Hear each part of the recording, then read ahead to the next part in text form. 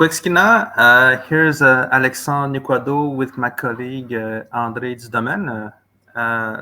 This week we have a special guest, Sedalia Fazio.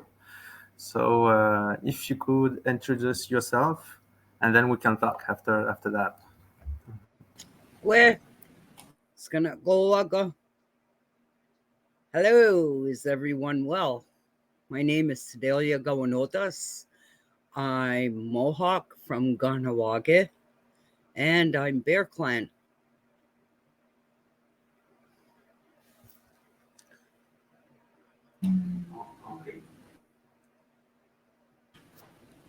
Can you hear me? Yes? Now, yes. Yes, okay.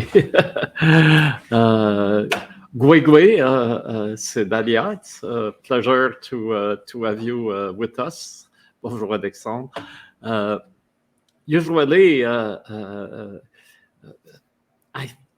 it's not the usual podcast because with Sedalia, it's like we are in family all together. It's a family business rather than outreach of far away or nearby art,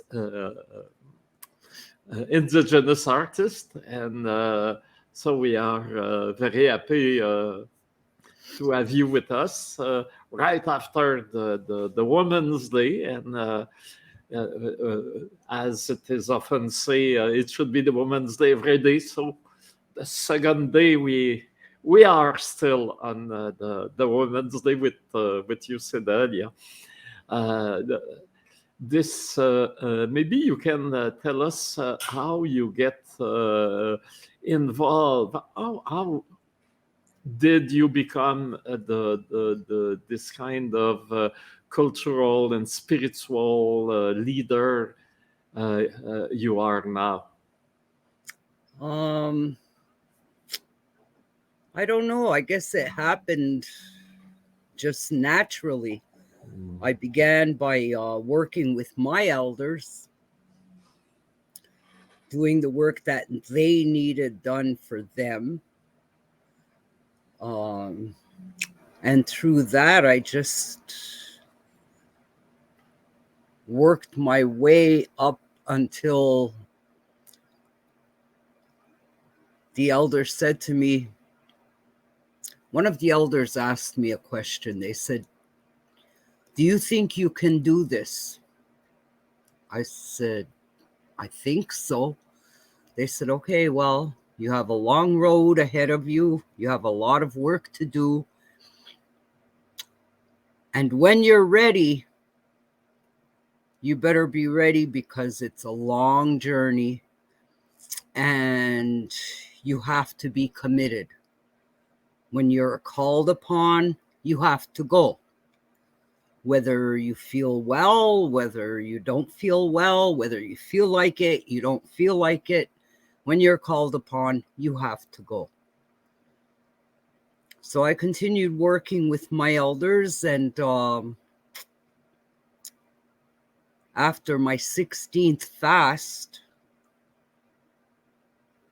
I was passed the bucket in the sweat lodge, and they said, "Now it's time." And that's when I began. And that's 25 years ago, maybe. And right up until now, that's exactly what I've done. When I'm called upon, I'm there. I'm never late, as you all know. And you know that's one of my pet peeves, is people that are late. And I do what I'm asked, when I'm asked. But now I'm getting tired. So now I'm slowly backing away and giving some of my contracts to some of the younger women who have been working with me for many years.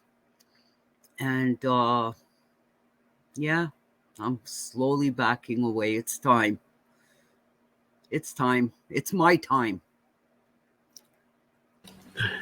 Yeah. Speaking of not being late, I often quote Christine Siwi Wawanoluat, who often says, Indian time is on time. Indian time is before time. Yeah, before time. Yes, because we have been in many fields, the vanguard, especially when we look at all the ecological crisis we are facing. I remember in the 50s, in Abitibi, where I grew up,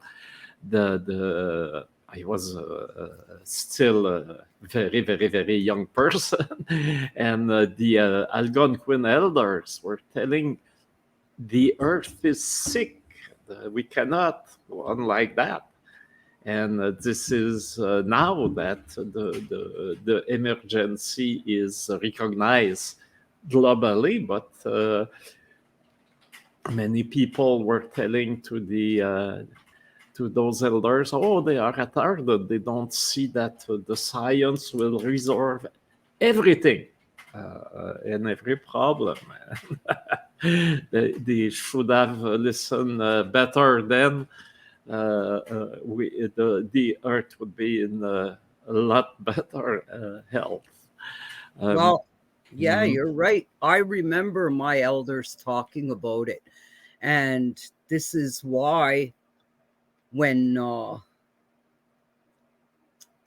I do that opening prayer, I always make sure to remind the people why we're doing that prayer. And remind the people how important all the elements on Mother Earth and in Sky World are, and how unimportant we are as human beings.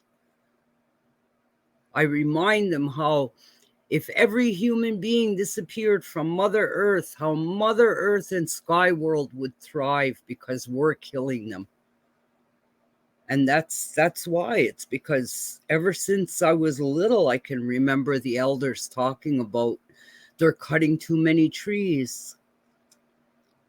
They're overusing the waterways, the dams they're putting up, the hydro dams. I remember the elders talking about it and saying, one day they're going to be sorry.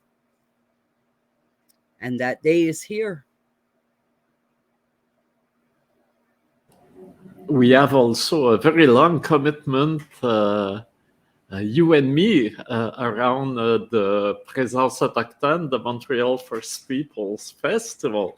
You were there almost at the beginning.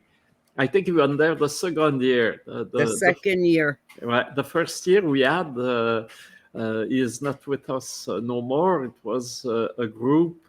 What was the name? Jesso Thomas. He was from Akwesasne. Gesso Thomas. Jesso Thomas, yes.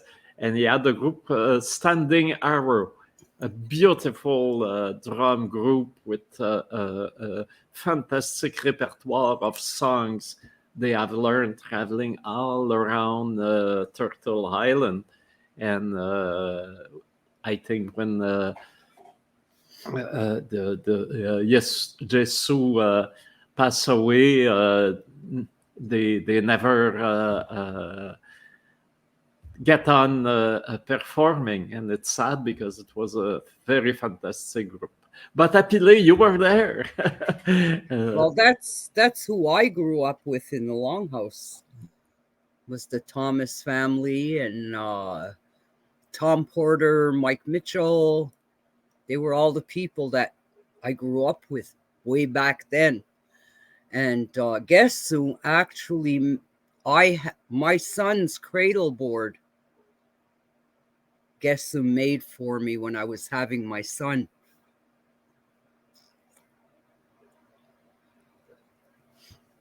So you remember when we started, it was very, very small. We were on the small park on Saint-Denis Street, in front of the, how do you call it, the clocher, the tower of the bell of the Université du Québec. and in We- this we- very small square. We Yeah. were almost on the street. And this was the beginning. I remember that it was just after Mayor Burke was elected. And before Mayor Burke, we have asked to have access to public spaces. And they say, oh, if you want to be downtown, it would mean that we have to close the streets. And there is enough closing now. Enough is enough. We don't want more. And so only the few established festivals were able to have those great outdoor events during the summer downtown Montreal. And when Burke arrived, he said, no, the Indigenous, they have their right here. And he passed the command to the Service de la Culture and the Bureau des Festivals, the two bodies within the city that are responsible for cultural activities. And they had to open the door. It was okay. They did it slowly. They say, first, we will see how it goes with a small park. And that's why we were there, I think, for 2 years before gaining access to the wider Place Émilie Gamelin. But we had a lot of fun there, too. Yeah, it was fun. It was small, but because it was small, we were more together. It was fun.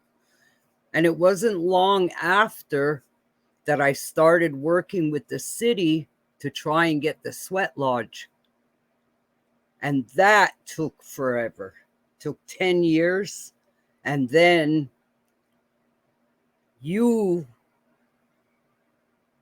put it all together. And that's how we ended up at the Botanical Gardens.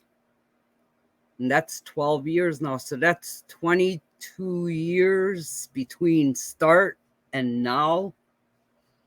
So yeah, we have a long history, Andre. Yes, I remember Charles Mathieu Brunel.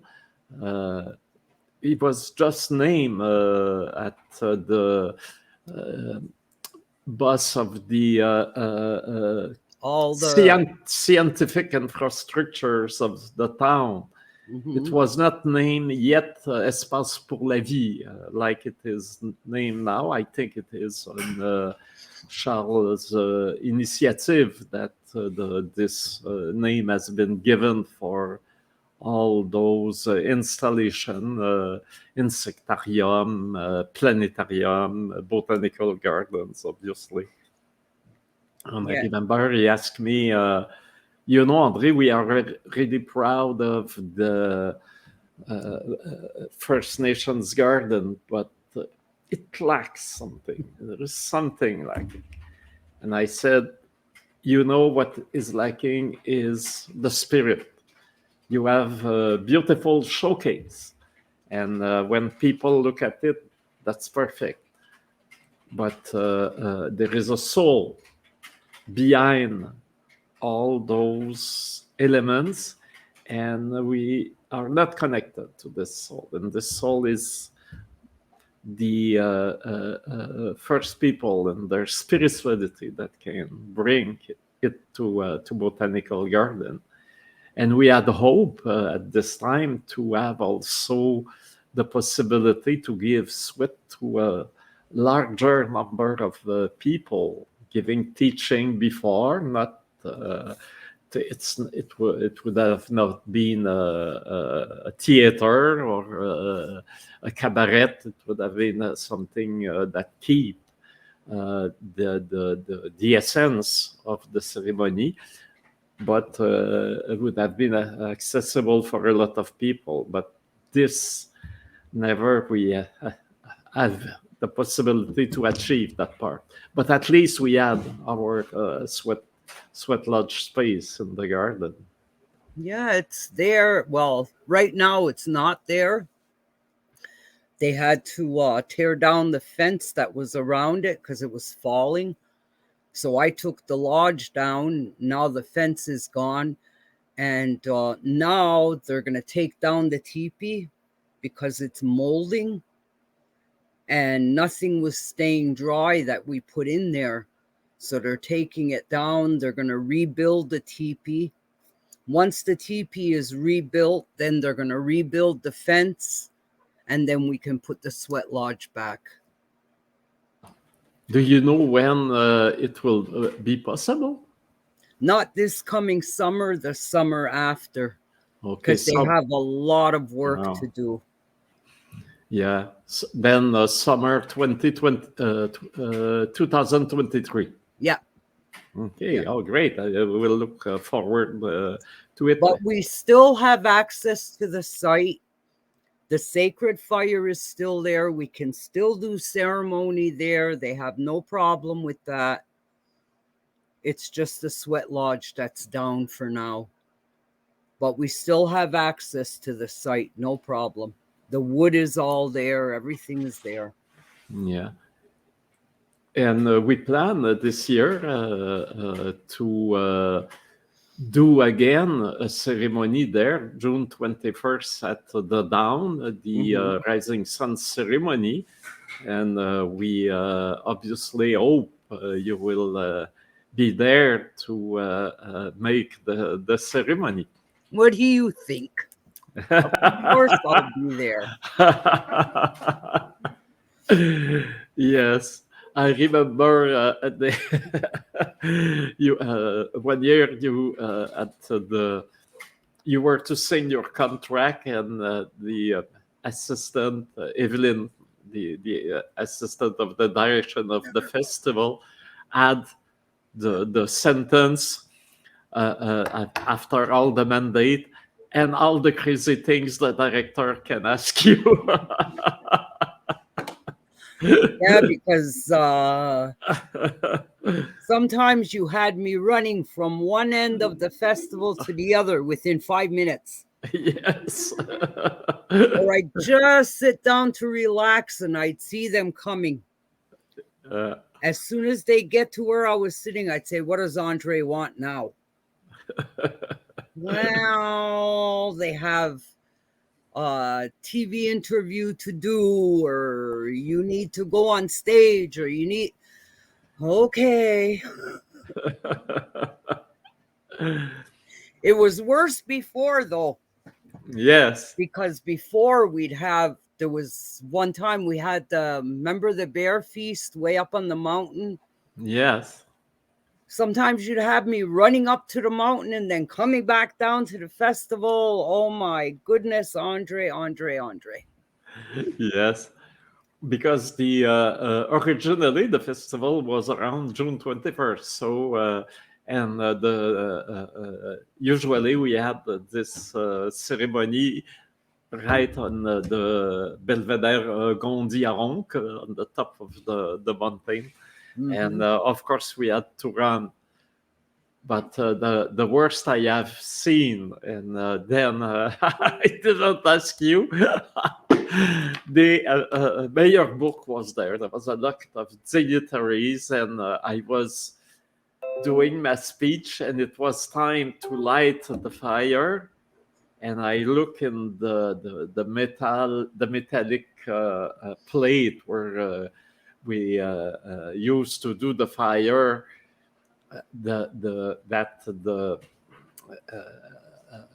because we didn't want to burn the ground and the mountain. It was very, very forbidden by the authorities. So I look in that, and I was still doing my speech, and there was no wood, nothing to start the fire. So I began to tear, still speaking, to tear the paper I had in hand and put it in the fire. And I did the sign, and people around bring some pieces, some branches. And we finally start the fire. But it was so. Yeah, there is one guy that got a lot of shit for that. You can be sure. I wonder who it was. I don't know him here. No, but I know who it was. Probably. Yeah, we had some really good times. We had some stressful times. Yeah. There's times where do we have time to do it? And we're on stage and we're wondering, or I'd lose my paper when we were doing Femme Ciel. Yes. Oh my God, lost my paper, forgot what I had to say. So I just said, Andre, say it in French and then I'll fix it in English and in Mohawk. Yes. But we always managed to do it. Yes. And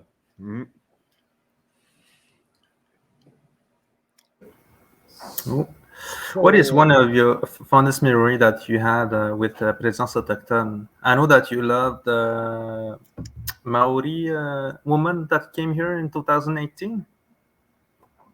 Well, I was supposed to be going there this year. And yeah.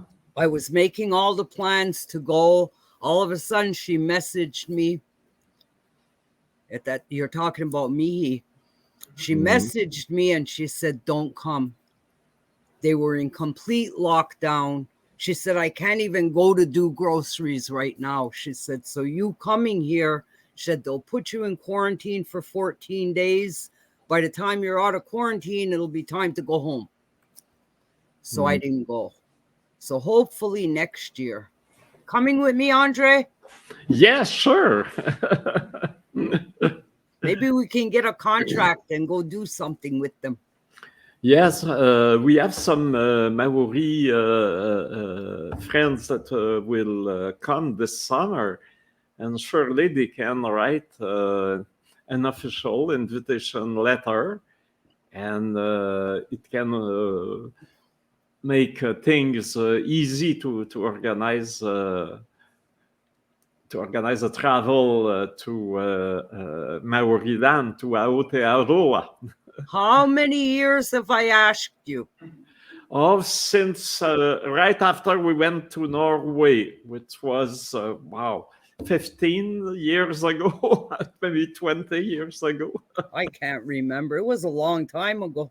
Yes, yes. Me and you still had black hair. Well, you still have black hairs, me. Oof. No. Just a little at the end here. No, it's called hair dye. Ah, okay. Look. It's starting to come back now. Yeah. No more dyeing. Yeah. Yes, I remember this year there was delegation of Norwegians that came to a showcase events that are held each year in Montreal. It's called SINAR. I don't remember what it means exactly, each letter, but it is the Montreal and Canadian artists showcase their work, usually small parts of their works, and there is people from all around the world looking at it and eventually singing contracts and inviting the artists to perform in their venues all around the world. And the guy phoned me, said, we have Norwegians, they want Aboriginal artists. Can you send me a list? I said, do you think I am a phone directory? I said, no way. If the Norwegians want to deal with Aboriginal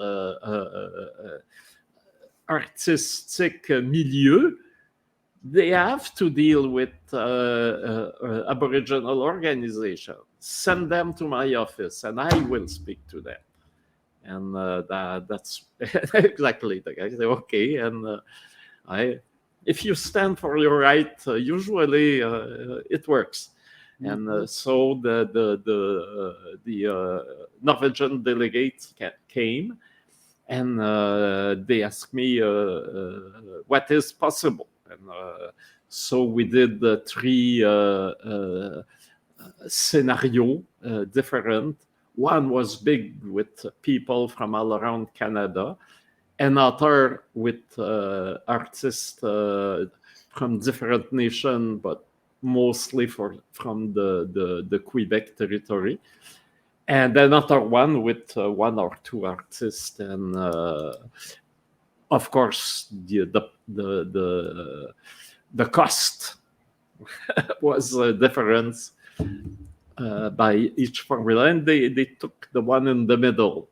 So we went there with 2 Inuit elders that were a fantastic woman, and Lisa Koperkwaluk, who is now at the Museum of Fine Arts of Montreal, responsible for the Inuit collection, was with us to accompany those ladies.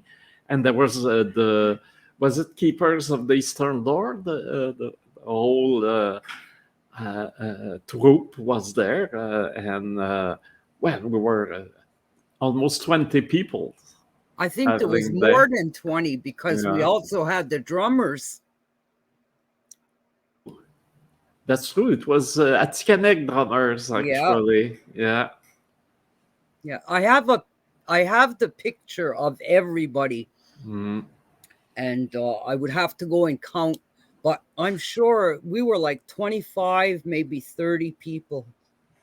I will never forget that trip, and I'll never forget you laughing at us when we came home, because we went to the Viking burial grounds, the burial mounds. And we were up on the burial mounds looking around. All of a sudden, we look down. There's a little lake at the bottom. We look down and we're like, what the heck is Andre doing? He's getting undressed. And it was cold. There was snow on the ground. We were cold up on the burial mounds. Andre jumps in the lake. And we're all like, Andre, are you crazy? It's so cold. What are you doing? You're all wet now. Well, a few days later, we all got sick. Every one of us had a cold. We were coughing. Our nose was running. Thank God our shows were all over. And Andre laughed at us. He was the only one that didn't get sick. But it was a fun trip. Yeah. Wait a minute. Yeah.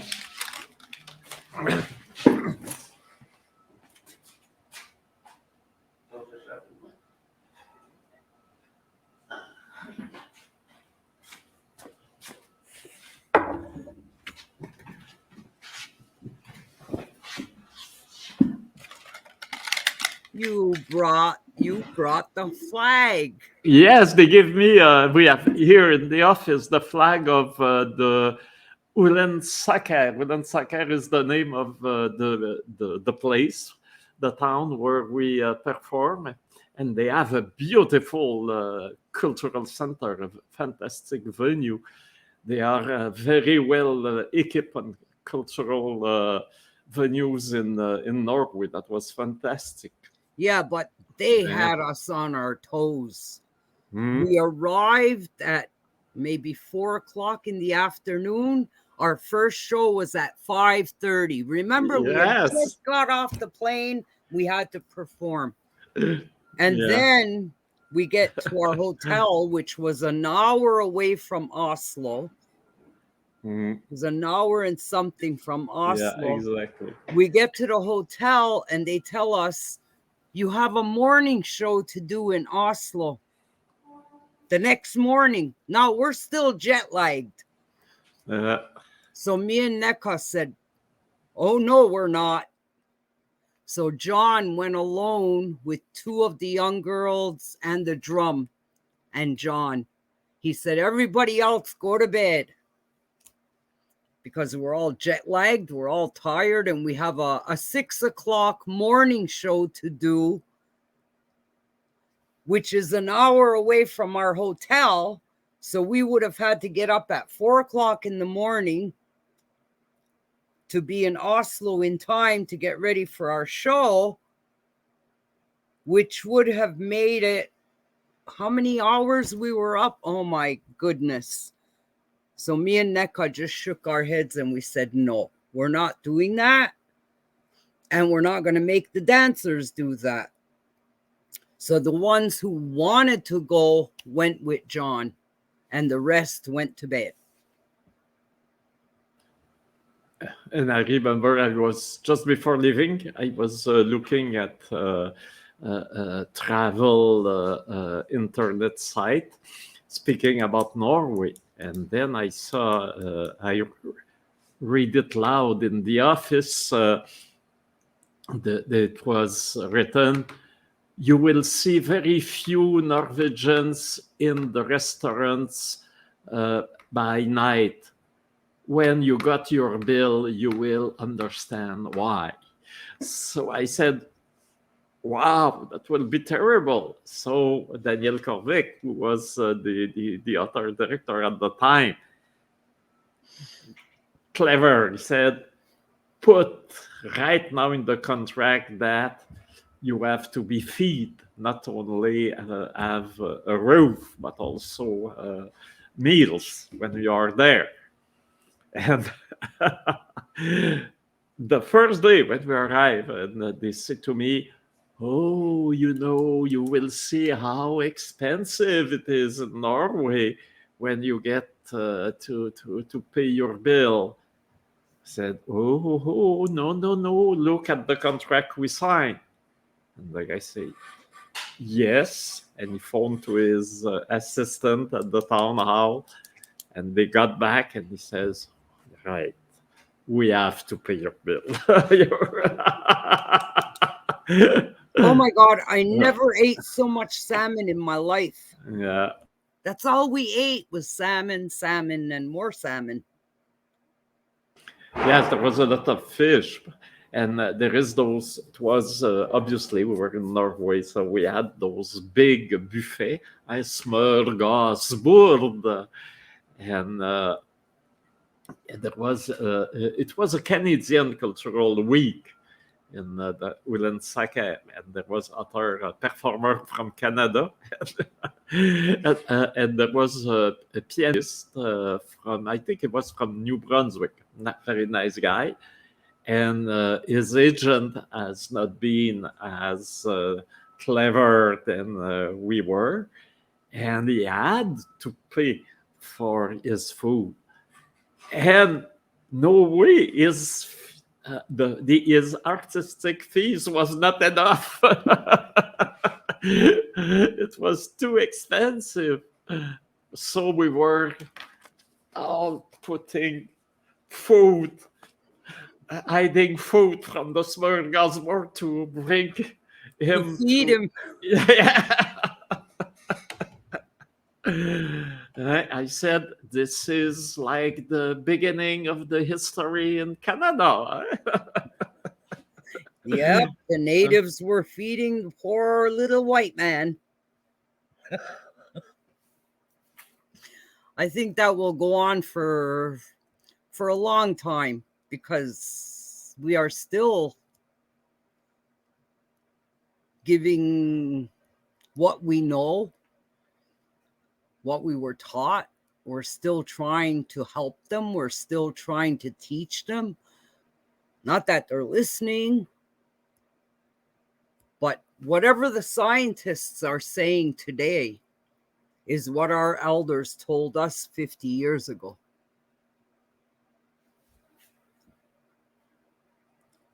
Oh yeah, this is like this. And when we look at the corn with the right after they came in America, on Thornton Island, 50 years after the corn was everywhere on the planet, because it is so fantastic cereal, so fantastic plant that gives on the same space, I think it's 12 times the proteinic food, more than the usual wheat they have in Europe. So this is really something that was grown here and known here for centuries, and it brought a lot of good for the whole planet. And still today, most of the meat we eat, the corn is a big part of what the animals are feed of. Well, it's so much healthier than wheat. You know, it carries less calories. It's healthier. So many people can't even digest wheat, but they can eat corn. But the historical corn, I know some traditional persons in the Kahnawake, in our Mohawk community, still take care of traditional corns, because what we have at the grocery store, it has been transformed in Europe, and it is very sweet, and it's not as healthy as the corn that was used traditionally by the indigenous peoples that were grown by the Haudenosaunee woman. Yeah, it's the white hominy corn. And I always have the white corn flour here to make sure I can make cornbread. I always have hominy, always. My cupboard's always full of hominy to make corn soup. Or sometimes I'll cook a steak and just fry the hominy and have that with my steak instead of potatoes. I find potatoes too heavy sometimes. So yeah, corn is, our corn, the white corn, is so nutritious and so good. You know, for us, it's good. But we'll all make cornbread for someone who's non-Indigenous or not used to it. And many of them will go, oh, I don't like it, or it's too heavy. But this is what we needed, especially when the men went hunting. They went hunting and they took the cornbread with them, and it sustained them while they were out hunting, because they didn't hunt at home. They'd be gone for days. So, yeah, it's white hominy corn. Well, when we go to Central America or Mexico, there is tortillas, which is a kind of cornbread too. And many people that when they are not used of this strong taste at the first bite, they say, oh, it's too strong. But it's because they eat often things that doesn't taste that much. So when they have real food, they are kind of surprised. Yeah, it's just like, oh my goodness, what's the name of it? It's, oh my goodness, what's wrong with my memory? It's wrapped in the corn husk. What is it called? They take the husk of the corn and they wrap it.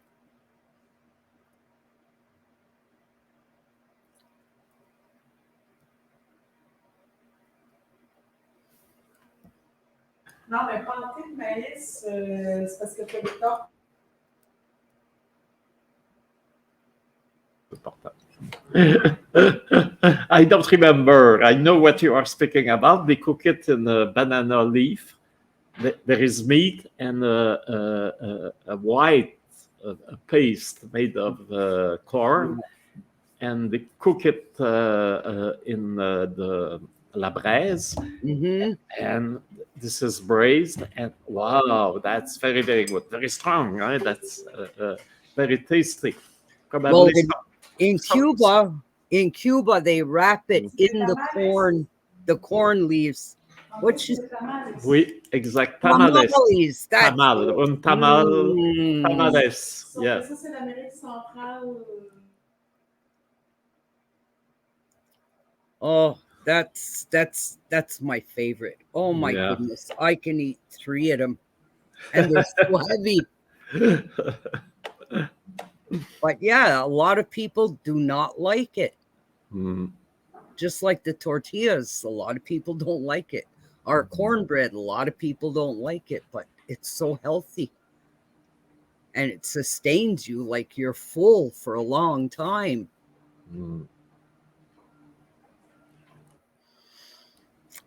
So yes, we have a long history, Andre. Where else did we go? France.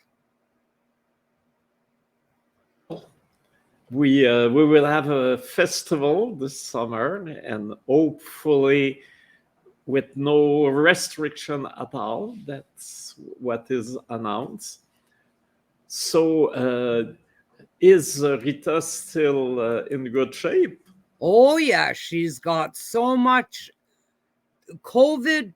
That's all she's been doing is beadwork. And she keeps saying, when's Andre going to have the festival? She's so in a hurry. Okay. For those who are listening to us, Rita is Sedalia's mother. And she is incredible. She is not, you can imagine, a very young person.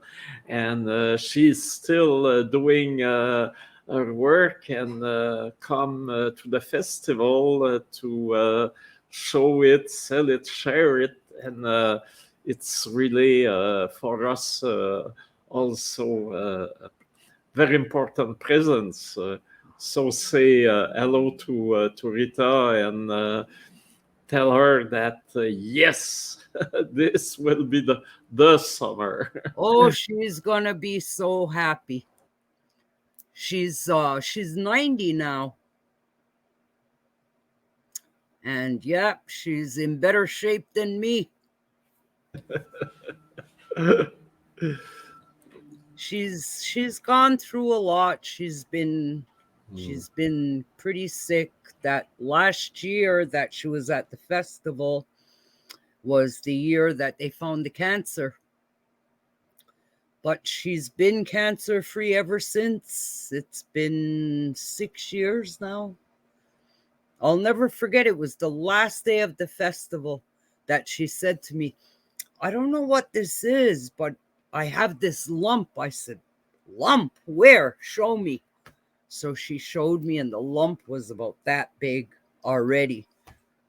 So how long it had been growing there, I don't know. And she finally showed me, and then I had to look for doctors that would do something because I brought her to 3 different hospitals, and they all just said, well, it could be this, it could be that.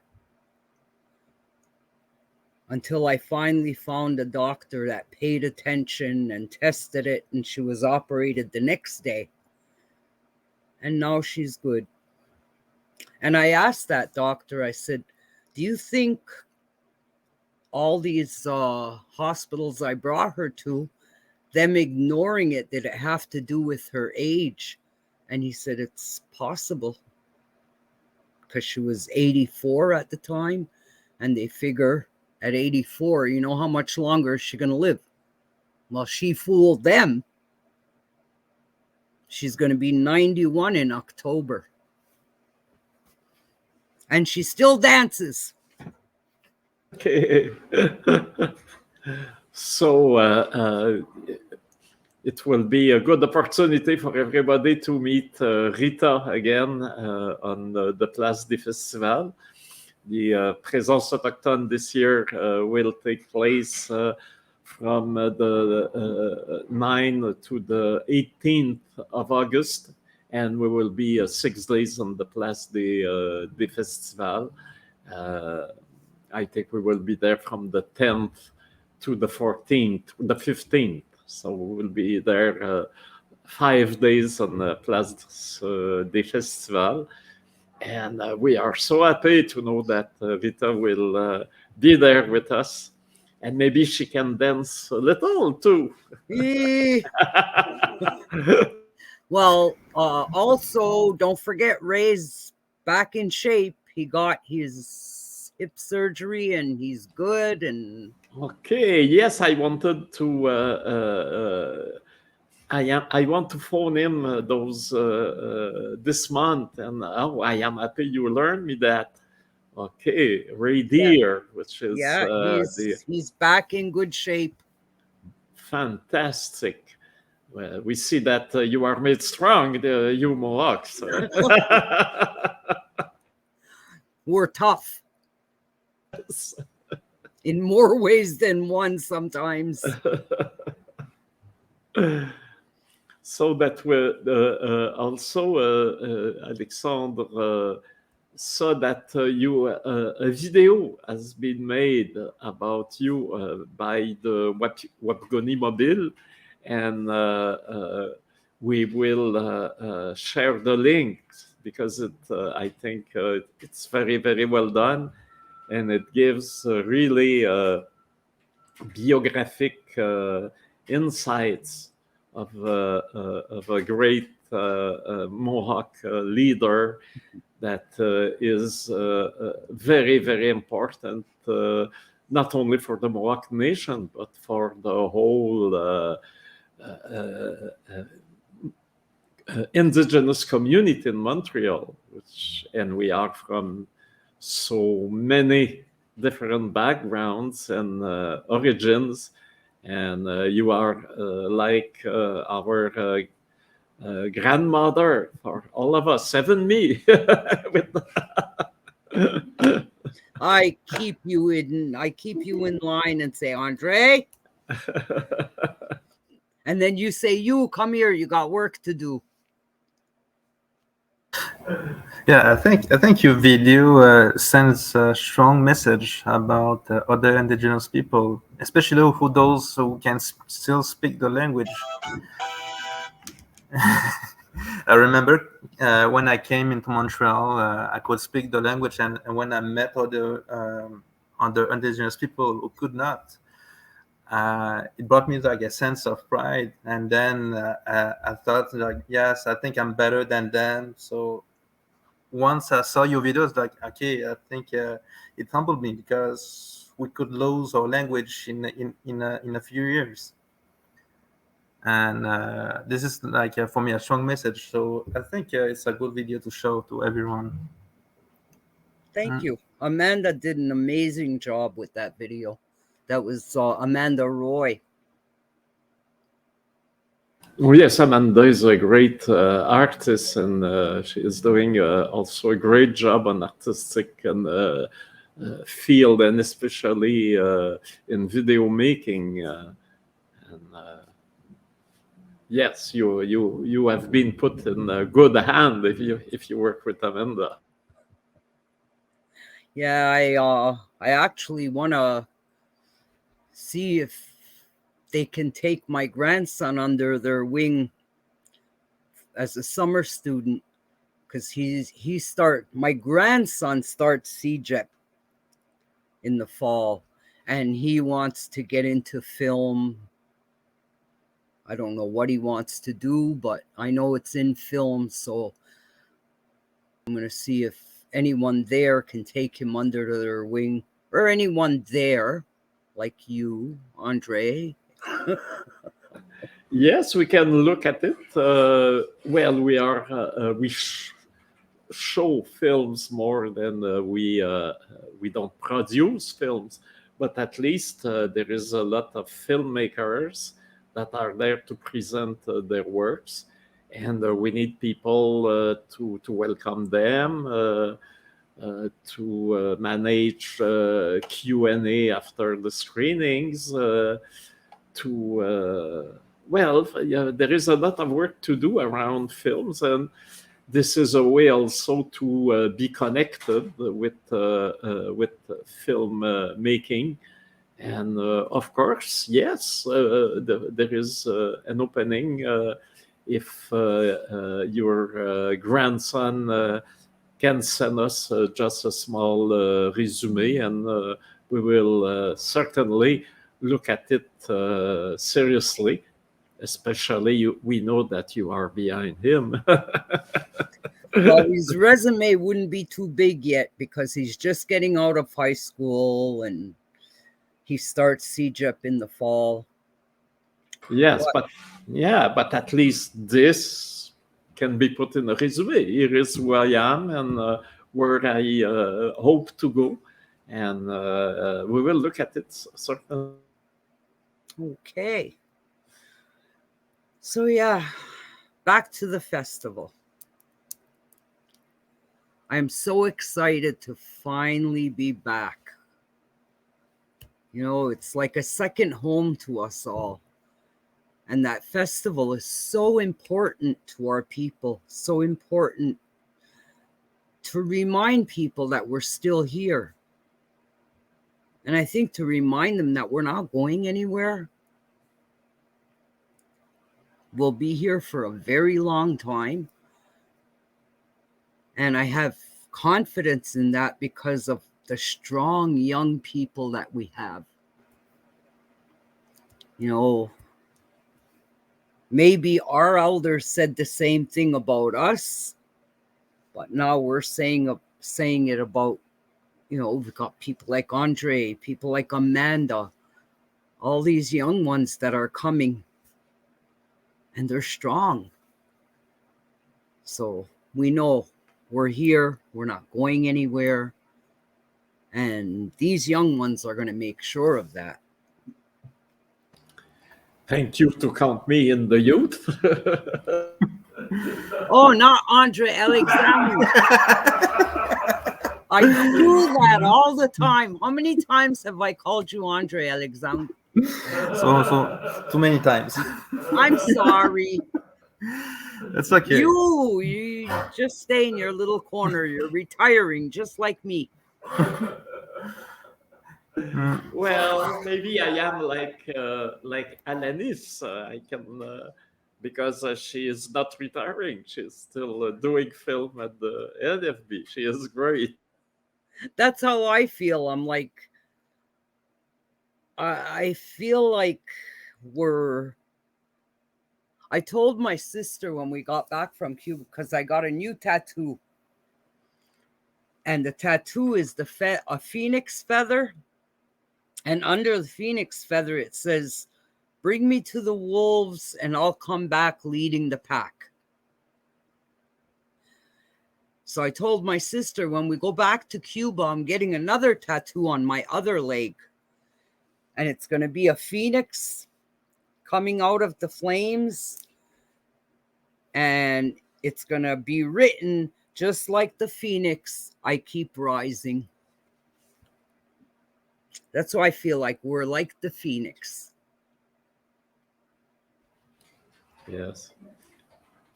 And I remember many times it was suggested that we move the festival because when we were on Place Émilie-Gamelin, the last years, the place was really in bad shape, and we had to fence it, and many people were telling us, you would be better in the Parc La Fontaine or in the island. And I always said, no, we are First Peoples. Our place is right downtown in the first place. And we will go Place des Festivals this is where we have to be, in the center, in the best spot. And it has been a fight, but finally we got there, and we are really proud. And now we are working to get even a better scenography, better presentation, We will obviously keep the 100 feet teepee, but probably we will change the cover of it, and we will have more possibility of interaction with different new technology exhibits. So that will be also after the pandemic. It will be after the pandemic. It will be the phoenix coming back and with a more colorful feather than ever. That phoenix. The phoenix rises. That's us. But yeah, I'm just so excited. So in a hurry to be back at the park. The only thing that disappoints me, and it's disappointed me since we arrived at that park, is that we lost our June 21st. I liked having the festival on June 21st, but sometimes you got to give. Yeah, we won on one side, but we lose on the other. That was the deal we had to make. But I think when we look at the bigger picture, it was for the best. So, and we still have activities June 21st, but of course it's not closely linked as it was before. Yeah. And we were on the vanguard still, because we began to celebrate in Montreal June 21st. I think it was in 1985. It was not still recognized by the federal government, only by the provincial government. Well, isn't that why we were using our sacred fire? Yes. Passed on to Saint Jean Baptiste Day. Exactly. And so we have been the first in Canada to celebrate June 21st outside of the I won't say Indigenous territory, because obviously Montreal is an Indigenous territory, but outside the communities outside. And I can confirm that Sedalia will be there at 5 o'clock at the Garden of First Nations so we can welcome the sun for the longest day of the year. Oh yeah, I'll be there. I wonder how it would affect the other events if Présence Autochtone was still on 21st of June. What do you mean? Yeah, but now we see so many other events that are taking places on 21st of June, like Native Montreal. There's also en tout cas, il y avait plusieurs événements maintenant avec le 21. Now we see that there's so many events taking places in Montreal, and we have to on doit coordonner nos événements en conséquence. So that's why we have the ceremony in the morning and at noon. And we will leave. Wait. I think if the festival would have never changed dates, I think what would have happened was everything would have melded together. It would have been one, like all the other organizations would have came and celebrated at the festival. Yeah, because I see now that there has il y a beaucoup d'événements, but we don't seem to be talking to each other about what we're doing and what we would do. Yeah, it's everybody's doing their thing and nobody's coordinating to make sure, okay, you're at 5 a.m, so we'll be at 10 a.m, and then you're at 10 a.m, we'll be at 12. nobody's doing that, and everything is just, you can't do everything. Yeah, and then we just want to go to this event, and then I'm too tired to go to the other one. It would be good if we can have like a parcours just to follow these events, and if you want to do this all day, that would be good.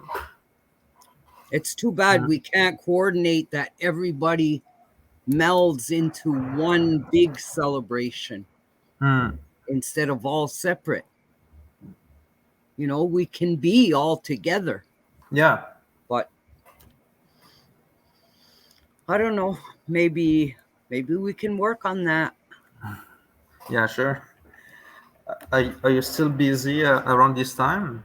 Je sais que des fois, je te renvoie toujours des références à chaque fois que quelqu'un me demande une reconnaissance territoriale. Yeah, well, lately I've been refusing a lot of contracts. I mean, I'm still doing contracts, but I'm kind of choosing what I'm doing, what I don't really feel like doing, because it's a lot and it's been long. So I'm trying to save my energy for what I really want to do. Sometimes the work that I do draws a lot of my energy from me, and I don't want that anymore. So I choose where I go, what I do, who I'm going for. Est-ce que comment je pourrais dire ça? Est-ce que tu formes quelqu'un en ce moment? Do you teach someone to take your place, or like to do what you do? There's young people who have been with me for quite a few years, and they're learning. J'ai commencé aussi à commencer à donner des contrats à des amis pour la traduction, à ma petite sœur surtout, parce qu'elle aussi, elle parle bien l'Atikamekw. J'ai commencé à faire parce que ces temps-ci, on est tellement submergé de demandes de travail, de traduction, de reconnaissance, juste des ateliers, sensibilisation. Moi, je choisis maintenant, comme tu le dis, là, I choose which one I'm going to do. Because before that, I would want to take all the contract that was given to me. That's how I was. Every contract that sometimes I'd do 3 things in one day. And it was draining me. It was tiring me out. And I don't want to be drained and tired anymore. So I'm really choosing where I'm going, what I'm doing. You know, I'm still doing the daycare. I've been doing that for 12 years now. Well, ever since the daycare opened, I've been doing their workshop. And then, of course, anything Andre asks me, I'll do. I have a couple of circles that I do that I've been doing for a while now. And that's about it. And then the sweat lodge, well, that's been closed for 2 years, so I haven't been doing any sweats. And it won't open until 2023. And then that too, I'm also eventually going to pass on. And I already know who I'm passing it on to. It's another Mohawk that's worked with me for a long time, kept the fire for me, worked with me, and yeah. But it's not tomorrow. It'll be a while yet. She knows, but I told her, you still have work to do. You still have learning. You still have to keep going to the longhouse and going and learn what you need to learn. But she knows.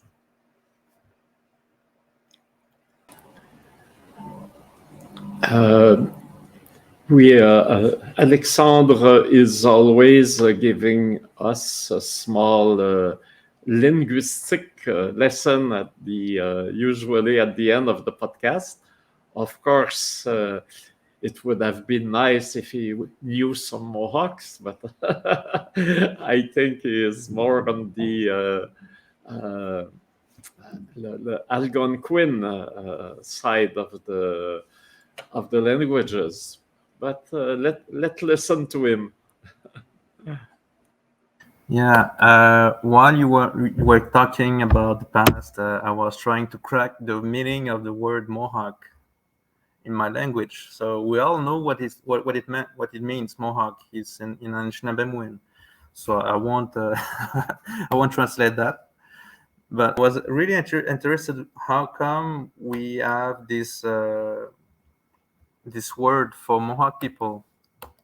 So let me show you.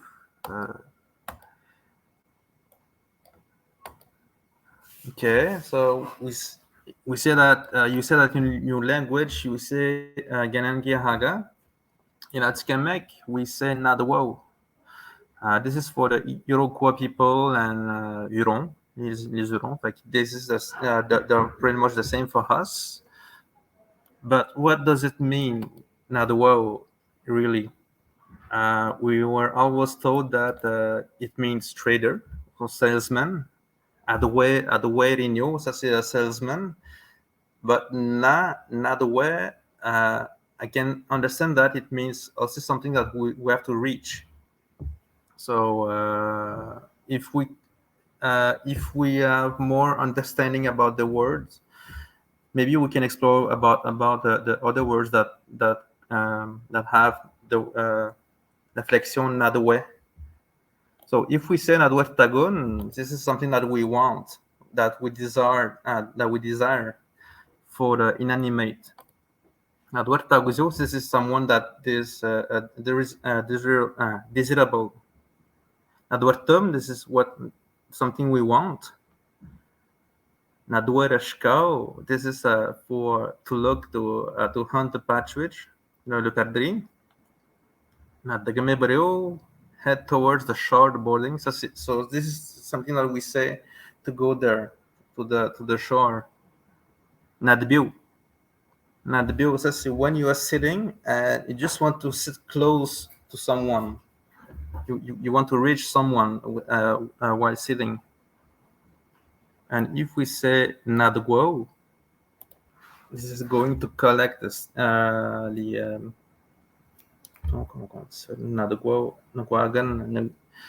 it comes from the Nigwagan and Nada and Nigwagan. Nigwagan is the word for snares.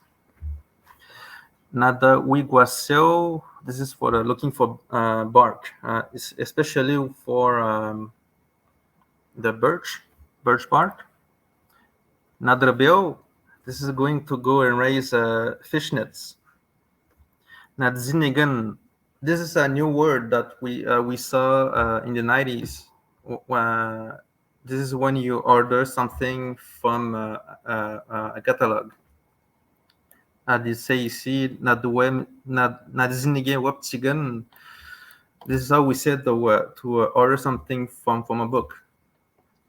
So for me, it's someone that goes far away from his home to sell something, because we used to stay in our territories and we would see a Mohawk people coming into our land. So it means the trader, but it also means that someone that's rich other people. So this is my understanding of the word Nadwo in Atikamekw. This is someone that travels far away. And when you were giving your explanations of the different, when you broke down the words, what I seen was that part about the shore. On the shore, because we lived on the river and it was the trading post, so maybe salesmen on the shore. it's mostly for nada is something that we want to reach. Nadrabel, c'est when you want to see the fishnets, you want to collect the fishnets.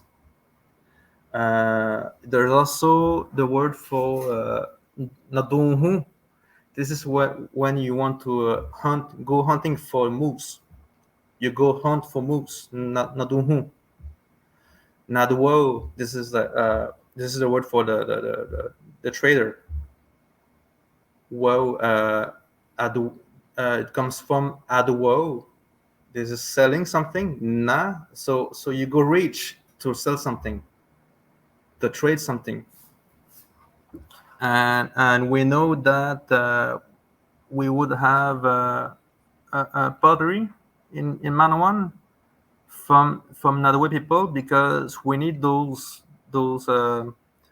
pots to store our syrup, maple syrup. I know that in the Algonquin people there is a family Nottaway, and it is transliteration of the indigenous Algonquin terms to design all the Haudenosaunee. So, and obviously, traditionally, the corn was the main item that was traded for furs or birch bark. And that was a constant exchange between our ancestors. Not only war sometimes, but not only wars, a lot of commerce, trade, and interrelation. And it was important. And Montreal was just in the center of it, because it is just at the northern limit where you can grow corn. After that, it's the season is too short, so it is and with all the river coming into the St. Lawrence, Montreal was exactly the spot, the meeting place, actually, and certainly the shore we want to access what we want to have. That makes sense, certainly. And I was wondering, Kawennotas, what does it mean? It means her word stands. Okay. I don't know, how do you translate that into French? Her word stands. Ses paroles tiennent debout. Bon, ces paroles sont fortes, probablement, on dirait. Hein? Voilà, c'est une parole qui est ferme. Voilà. Ouais. C'est ça, ferme. My grandmother used to say that it had two meanings. One was her word stands. The other one is her voice echoes. Okay. So ouais. choose your translation. Okay, Sedalia, it was a great pleasure to have this conversation with you. And obviously, we look forward to all the activities we will have together this summer. It will be, we will have, again, wonderful time. Oh, I can't wait. I can't wait to be with everybody. I feel like I've become a hermit. I don't see anybody. This is the only way I see people, is on my screen. So I can't wait until we can all be together and enjoy ourselves. And we can make the arrangements for our trip to New Zealand. Yes. I'm going to annoy you all summer until we get it done. And I know your words are there. Well, it was nice to see you both, and thanks for inviting me. It was fun to reminisce and remember the old days and the young days, Alexandre. You're there. I didn't see the time that went through, like, on dirait que j'ai même pas vu le temps passer. Wow. Il est déjà presque 1h20. Puis, I didn't notice either. You were supposed to be there for 1 hour. Yeah, but I can't wait to see you. Par for the course when I'm working with Andre. It just, next thing I know, time has passed. And I'm well over the 1 hour he asked me to do. Okay, so I think we would say our goodbye to our auditeurs. Comment on dit ça en anglais? Listeners. Listeners. Okay, Matashik, see you next week. Next week we have Maria Uphill. C'est une artiste visuelle. We will do also it in English because she speaks English. So come see us next week at noon at the same time. Miłego Matashik. Ona. Ona.